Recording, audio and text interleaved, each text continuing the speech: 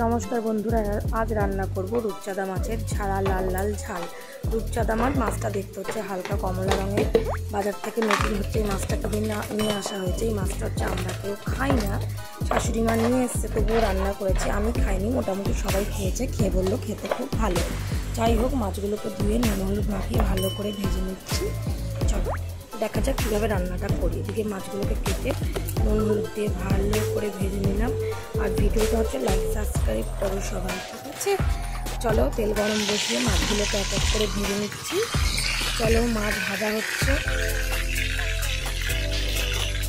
ক্যামেরাটা ধরে দেওয়ার কেউ নেই, খুব অসুবিধা হয় একা একা ভিডিও করি। যাই হোক কথা বলতে বলতে মাছগুলো ভাজা হয়ে গেল। এইবার ওই তেলের মধ্যে কালো জিরে টমেটো ফোড়ন দিয়ে দিলাম, দিয়ে ভালো করে ভাজা ভাজা করে দিয়ে মশলাটাকে দিয়ে ভালো করে কষিয়ে নিচ্ছি।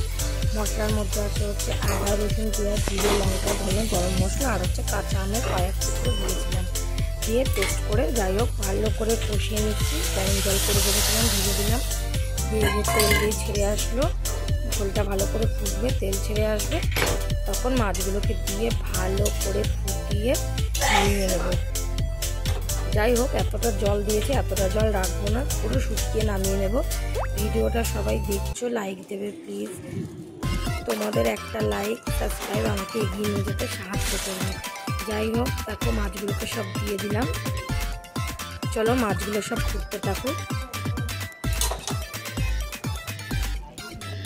দেখো ঝোল ফুটে পুরো শুকিয়ে গেছে, একদম টানিয়ে নিলাম, কারণ এইসব মাছ ঝোল খেতে ভালো লাগে না, শুকনো শুকনোই রান্না করলাম যার জন্য। চলো রান্না রেডি, এবার একটা থালায় ভালো করে নামিয়ে নিই। চলো মাছটা নামিয়ে নিই। যাই হোক এক হাতেই ক্যামেরা ধরে ভিডিও করা, ক্যামেরা ধরে দেওয়ার কেউ নেই, ধরতে বললেই বকবে। যাই হোক মাছটা দেখো রান্না হয়ে গেছে, খেতে নাকি খুব ভালো হয়েছিল। ভিডিওটা ভালো লাগলে একটা লাইক করে দেবে, রাধে রাধে সবাইকে।